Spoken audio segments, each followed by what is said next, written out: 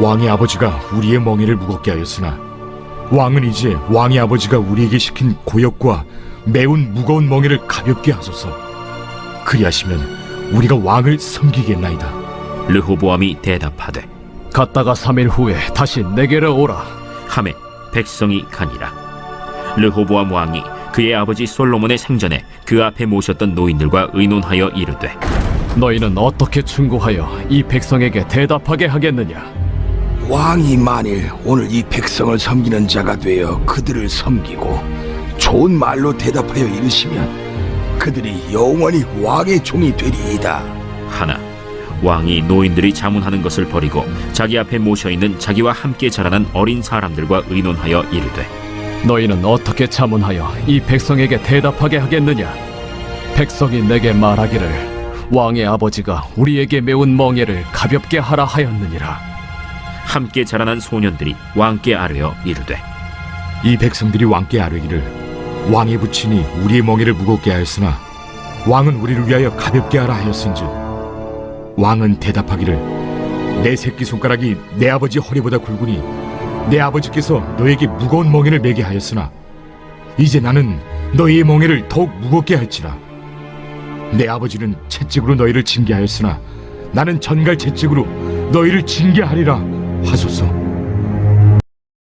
오늘 우리가 함께 나눌 말씀은 열왕기상 12장 4절에서 11절까지의 말씀입니다. 오늘 말씀을 보면 솔로몬이 이제 죽은 다음에 왕위를 이은 르호보암이 나오고 그 솔로몬의 말년의 실정, 그러니까 정치를 제대로 못해서 삶이 힘들어지고 노역이라고 하죠. 많은 노동을 감당해야 되는 백성들이 이제 여로보암을 중심으로 이제 들고 일어나게 됩니다. 그래서 이 르호보암에게 가서 당신의 아버지가 우리를 고된 노역에 처하게 해서 우리를 힘들게 했으니 이제 그 노역을 낮춰달라고 이야기를 합니다. 그러자 이 르호보암은 신중한 모습을 보여서 내가 그러면 한번 생각해보고 의논을 해서 답을 해주겠다라고 슬기로운 결정을 내리죠. 그 앞에서 자칫하면 잘못된 결정을 할 수 있는 것을 오히려 생각할 시간을 갖고 올바른 결정을 내리도록 한 것은 잘한 겁니다. 그런데 그 이후에 선택의 순간이 왔을 때 두 가지 안이 있었는데 하나는 솔로몬 시대에 함께 했었던 이제 올드 멤버들 그들에게 물었고 또 하나는 자기와 함께 자란 젊은 그 영보이즈들에게 물었습니다. 그랬을 때 이 올드보이 멤버들은 왕의 그 노역은 잘못된 것이니 그 노역을 가볍게 하라고 이야기를 합니다.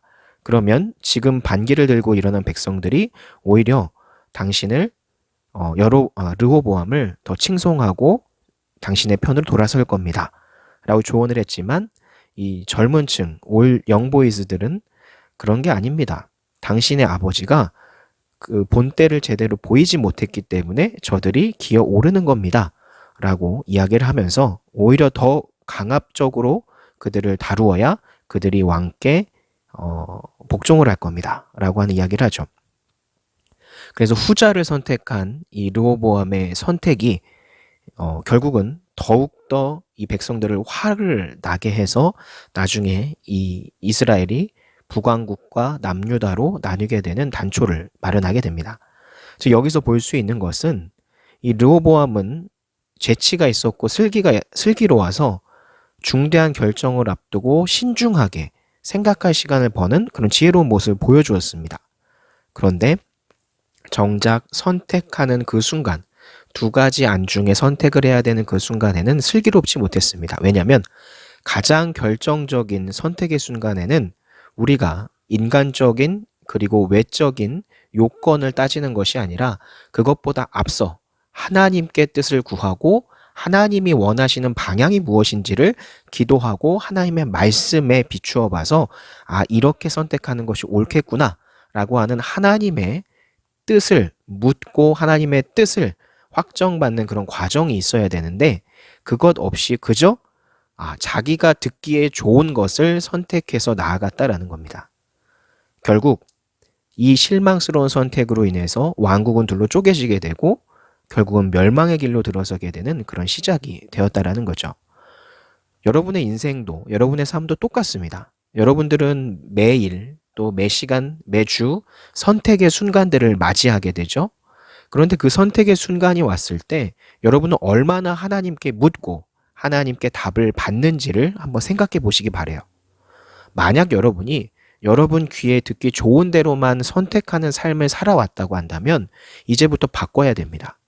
여러분은 르호보암의 선택이 아니라 하나님의 뜻에 맞는 선택을 하는 친구들이 되어야 정말 하나님이 기뻐하시는 방향으로 여러분들이 성장해 갈 수 있고 발전해 갈 수 있는 거예요. 여러분은 어떤 길을 선택하겠어요? 하나님이 인정하시고 칭찬하시는 길, 아니면 르호보암과 같이 왕국을 멸망의 길로 가게 하는 선택. 반드시 여러분이 하나님의 뜻을 묻고 하나님께 그 뜻의 답을 말씀으로 받아서 이렇게 선택해야겠구나 라고 하는 지혜로운 선택을 해서 여러분의 삶 가운데 하나님이 많은 축복을 더해주시는, 하나님의 인도를 경험받는 그런 여러분들의 삶이 되기를 축복합니다. 기도합니다.